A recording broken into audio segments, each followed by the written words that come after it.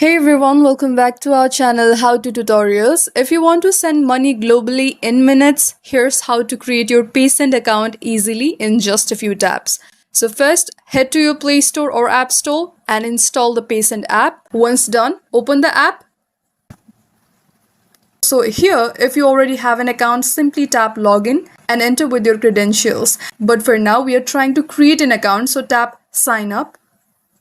Here, enter your phone number. Once entered, tap continue.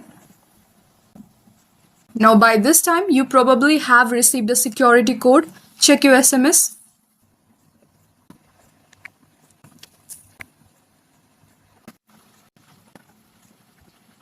Here you have an option to confirm your email. For now, I'll be skipping this one.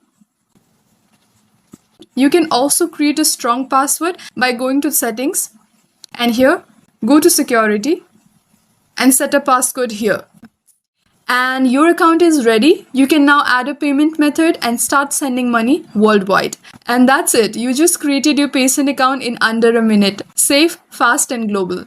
If you like this video, please give it a thumbs up. Hit subscribe and let me know in the comments if you have any queries. Thank you for watching and I'll see you in the next one.